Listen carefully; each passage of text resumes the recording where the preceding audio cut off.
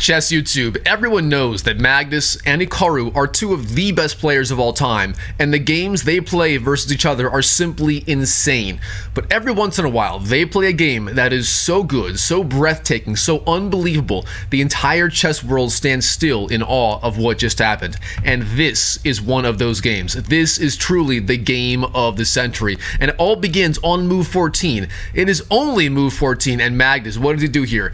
He sacks the bishop. Bishop takes h7, the Greek gives sacrifice, launching the all-out attack on the kingside, and from there, the entire game descended into absolute chaos. This game was simply unbelievable, start to finish. The tactical ideas throughout the entire game, my goodness, let's dive right in. All right, in the game here, Magnus playing as white, opens 1d4, black knight f6. We have c4, e6, knight c3, and finally bishop b4, the Nimzo-Indian Defense on the board, one of the oldest, strongest, most principled, most classical openings in the entire game. And black's idea is very, very simple. White here on move 3 was threatening e4. That is the entire idea behind knight c3. Black then obviously goes bishop b4, pinning that knight on c3 to the king of the e1 square, therefore stopping immediately the e4 advance from white. If white does go e4, black takes the pawn, and white is just down a pawn as that knight on c3, of course, is pinned to the king on the e1 square. Now, in this position, white has many ideas. The main lines are e3 and queen c2, but also has, for example,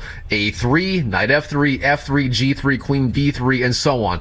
Now, in this game, Magnus plays a move that he has not played very often. It's a very aggressive, very sharp idea. That is the move f3. Now, with this move, white's idea is simple. He wants to go e4 anyway. If black waits to move, like, say, castles, e4 comes, and white gets this massive pawn center and a very good advantage in this game.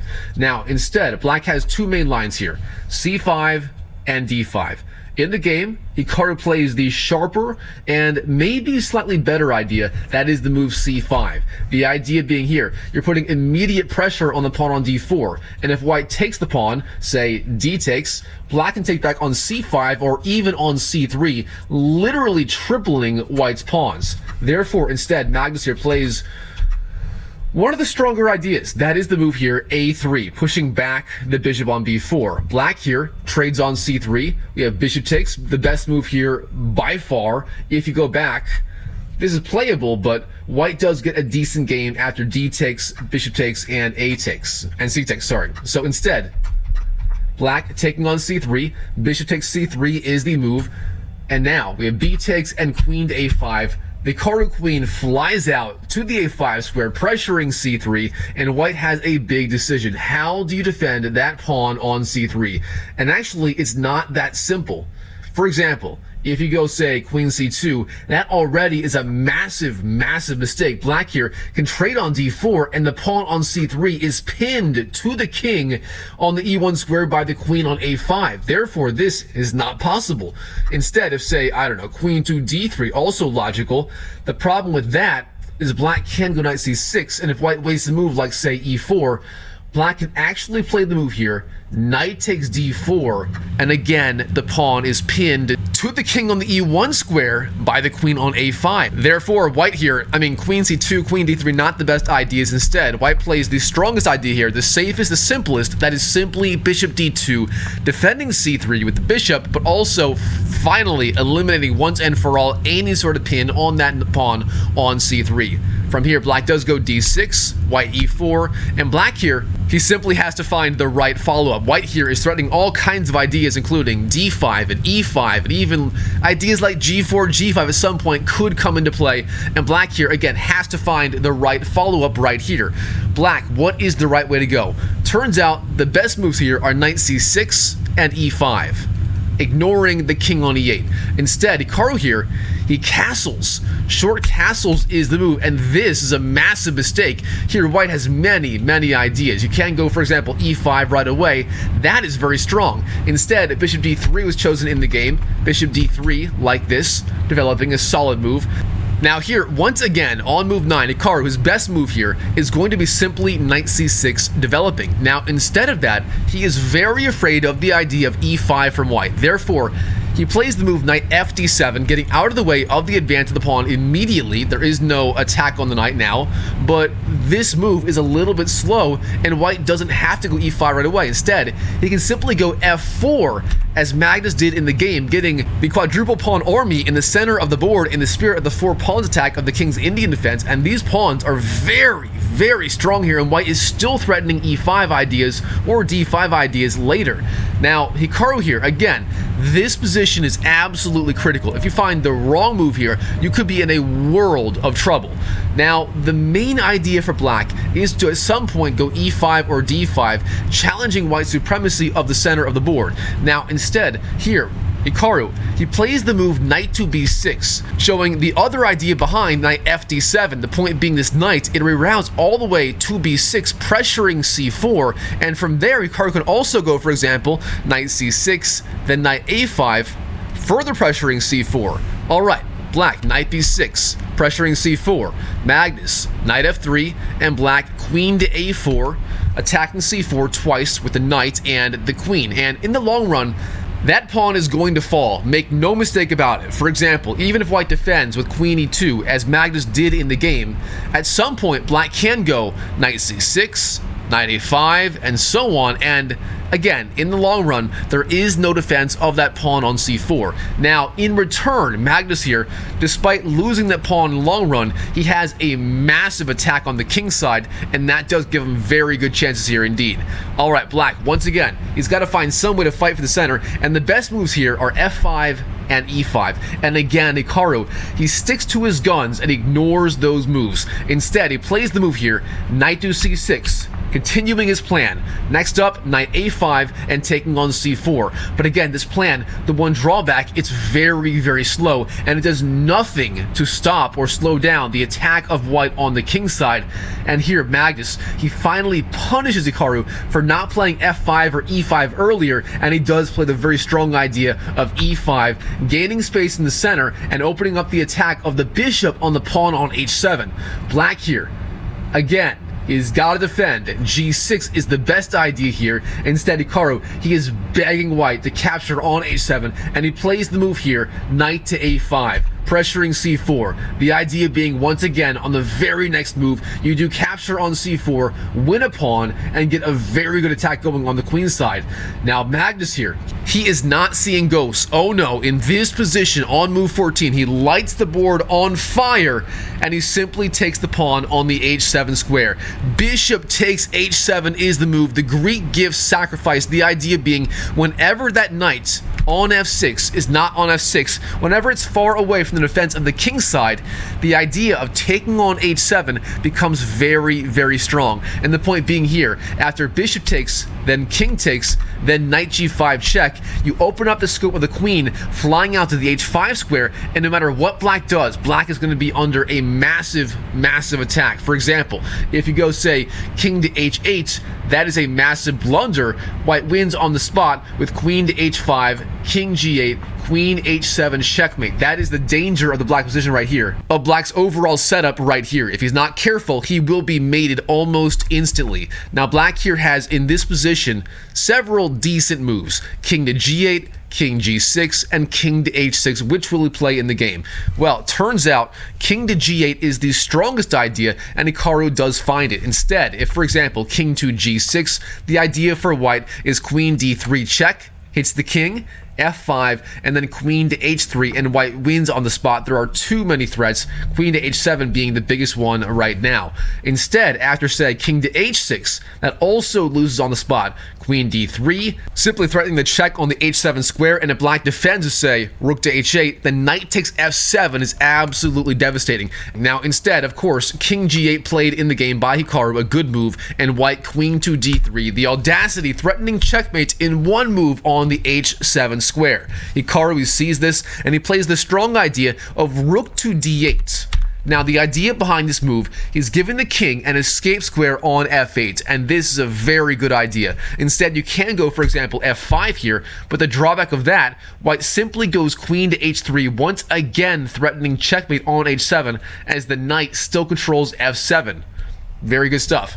Now, instead, rook d8 played in the game, Magnus, queen to h7 check, king to f8, and now here Magnus, he shows why he is the greatest player of all time. He is not in a rush. He does not go queen to h8, king e7, queen takes g7, as I would, or almost any mortal human being would play in this position. Instead, he plays the quiet move, simply short castling. He knows the attack is so strong, he's in such a good position. The eval bar showing literally plus 3.98 pawns, more than a piece up, essentially. He simply castles, getting his king to safety, the rook on the f1 square, setting up ideas like f5 on the next move. Magnus always finding the best ways to continue any attack in any position. Black here, he finally takes on c4. We have knight b takes c4, the entire idea behind Hikaru's entire setup here. And white, queen to h8, king e7, and queen takes g7. Black here, queen to e8 is the move, flying back with the queen, a decent idea, but Magnus, he shows the idea behind short castles, and he plays the move here, f5, threatening f6, lighting the board on fire, and that pawn is just so strong in this position. I mean, threatening f6, threatening capturing on f7, and so on, and black is in a world of hurt right here. Now, in this position, what should Hikaru do against the raging attack by Magnus? It turns out it's not so easy to find a good response. First of all, taking on f5 does not help. If you take on f5, white simply goes queen to f6 check, hits the king, and if king d7, knight takes f7 is devastating, as the rook on d8 is trapped, believe it or not. Now, instead, taking on e5 also does not help. After d takes, white simply goes f6 check, hitting the king, king d7, and again, knight takes f7. And finally, if king to d7, getting the king away from the center as soon as possible, that also doesn't work. White here, he takes on e6, f takes check. The point being, now the pawn on a7 is pinned to the king, and you can't take with the queen, as the knight controls that square as well. Instead, king c6 is met by e takes f7, and again, white is simply completely winning. Now, instead, in the game, queen to g8 was chosen by Hikaru, offering the queen trade. Magnus, he gives the check, f6 check, hits the king, black, king d7, and now in this position, knight takes f7 is the move. Black here takes on g7, we have queen takes, f takes, and then rook to g8. And don't worry, this endgame, despite being an endgame, this is one of the craziest, most insane endgames you will ever see in your entire life. White here. Now, Magnus, he defends g7. Bishop h6 is the move, and that pawn on g7 is going to live for a very long time. Now, real fast, today is Black Friday, and we are launching our new coaching program, DR Mike Chess Pro. If you want to gain 200 plus ELO in 90 days, 100% guaranteed, go to drmikechess.com. Links above and down below in the comment and the description. I'll see you there. Now, let's continue. All right, from here, black, b6, a solid idea, trying to bring out this bishop on c8 to say b7 or a6. From here, Magnus, rook a to e1 is the move developing, and black does take on d4. We have c takes, and then bishop b7. Now, in this position, Magnus, he is simply dominating the endgame, and all he has to do here is simply find the simple move of knight to g5, threatening rook to f7 check, and white's attack is going to continue for a very long time. Now, here, both sides are under extreme time pressure. There is no increment here. White has, and both sides having less than 1 minute left to find literally all of their moves. So, point being, Magnus here, he does not find knight g5. Instead, he plays the move here, e takes d6, and this turns out to be a massive mistake, and Hikaru is suddenly let back into the game in a very big way. Hikaru here, bishop d5 is the move, and now Magnus, rook to c1, sliding over with the rook, but this is a big mistake. Hikaru goes b5, gaining space, and suddenly, these pawns on the queen side are starting to roll down the board. Hikaru getting his chances in this endgame. All right, Magnus here. The strongest idea right here and in general in this endgame is going to be knight to e5, a very critical idea, hitting the king, hitting c4, and eyeing rook f7 ideas in general. Now, instead of that, here, g4 was played, gaining space, a slightly unusual idea. Black, knight b3, hits the rook on c1, Magnus rook cd1 slides over, and then black a5. Again, Hikaru finding the only way to get counterplay, and that is by pushing these pawns down the board and getting a pass pawn on the queen side. And it turns out that one strategy is enough to fight back in this game and give Magnus the fight of his life in this endgame. Alright, Magnus here, once again, knight e5 is the strongest idea. Instead, h4 is the move, pushing these pass pawns on the king side as well. From here, b4 is the idea, white goes a4, and now Hikaru officially has a pass pawn on the b file. Hikaru, knight bd2 is the move, jumping in with that knight, threatening ideas like knight f3 check and so on. And now Magnus here, what does he do? He has many ideas. You must find the right move here though. It turns out this move, knight bd2, on the one hand, you're literally giving up a piece. White here can take on d2, black takes, white wins the piece, but the idea is the pawn on g7 is so strong, black here is willing to give up an entire piece just to win back that pawn on g7. Now, Magnus here, he sees this, he knows this, and he knows the only good move here is taking that knight. If you don't do that, if you try to defend, say, the rook with, say, I don't know, rook to f2, things get very bad very fast. For example, black here can go knight f3 check, hit the king, and if king g2, rook takes g7 is a brilliant move. The point being, after bishop takes, knight to e3 check wins a rook on d1. Things are so complicated here. Therefore, Magnus on move 34, he simply takes the knight. We have bishop takes d2. But now black, he ignores the bishop and simply takes on g7, rook takes g7 with the attack on g4, and again Hikaru clawing his way back in this game. Magnus, bishop g5, blocks the attack on the pawn on g4, a good idea, but now black, rook a to g8, doubling up rooks on the g file.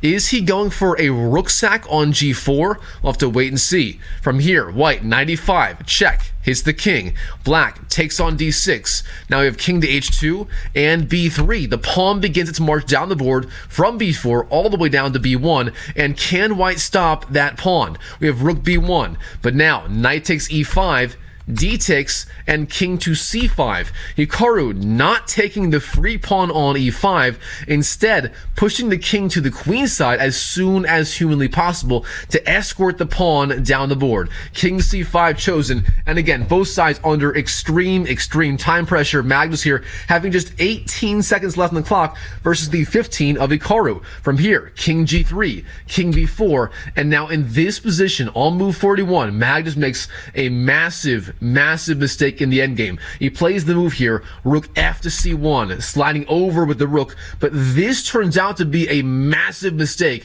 In this position right here, Magnus, he had to find the idea of bishop d2 check with the attack on the pawn on a5 plus the king on b4. And here is the idea. If black takes on a4, white plays the move rook to a1, check, hitting the king, king b5, rook takes check again, and white is just in time to defend the pawn on g4, and white maintains the slightly better chances in this endgame. Instead here, way back here, rook f to c1 was played, and this move is a big mistake. Black here takes on a4, king takes a4, and Hikaru suddenly has the two passed pawns on the queen side.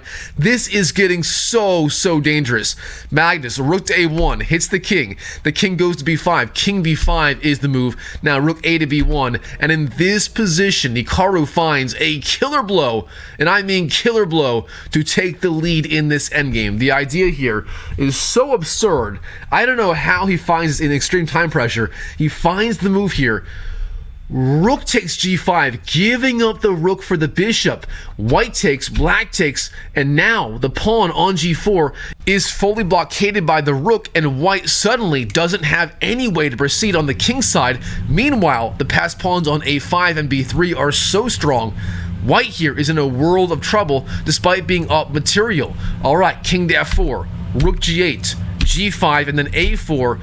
Black's plan is simple, a3, a2, and so on, pushing those pawns down the board. We have king g4, now a3, Rook c3 hits the pawn on b3, but black is in time. King b4 is the move. The king march continues. Rook d3, a2. Hikaru, have you done it, you monster? Rook d4, it's the king. King to c3. The king march continues. Rook b to d1 defends the rook. Hikaru, bishop c4. Rook 4 d3 check. And in this position, Hikaru, the final move of the game, bishop takes d3. And in this position, Magnus, he is forced to resign. If he takes on d3, black takes back. If he doesn't take, black here is up the entire bishop and the pawns will promote. And in this position, Hikaru, he is forced to resign on the spot to Magnus in this bona fide game of the century. One of the craziest, wildest games these two players have ever played in their entire career. What a game. Alright guys, hope you enjoyed the video. If you did, please smash the like button. Comment down below what you thought of the game. Now, real fast, once again, today is Black Friday. If you want to get our massive Black Friday sale on our new coaching program, DR Mike Chess Pro, head over to drmikechess.com. Links above and down below in the pinned comment and the description. Again, we're literally guaranteeing you will gain 200 plus ELO in 90 days. We know how to do this. If you are stuck, if you're not making progress in online chess and you want to, this is your chance. Again, drmikechess.com. I'll see you there. I'll see you inside. And as always, I wish you the best of luck in your chess improvement journey in 2025 and beyond. And I'll see you in the next video.